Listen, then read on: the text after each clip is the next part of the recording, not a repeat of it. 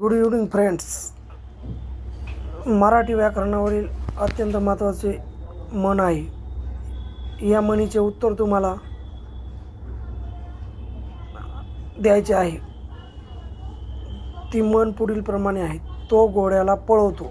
या वाक्यातील पळवतो या क्रियापदाचा उपप्रकार तुम्हाला सांगायचा आहे. कोणचं क्रियापद आहे उपप्रकार? आणि जर व्हिडिओ आवडला तर या व्हिडिओला लाईक, शेअर आणि आपल्या चॅनलला सबस्क्राईब करायचे आहे. असेच नवनवीन प्रश्न तुम्हाला रोजच्या रोज भेटतील.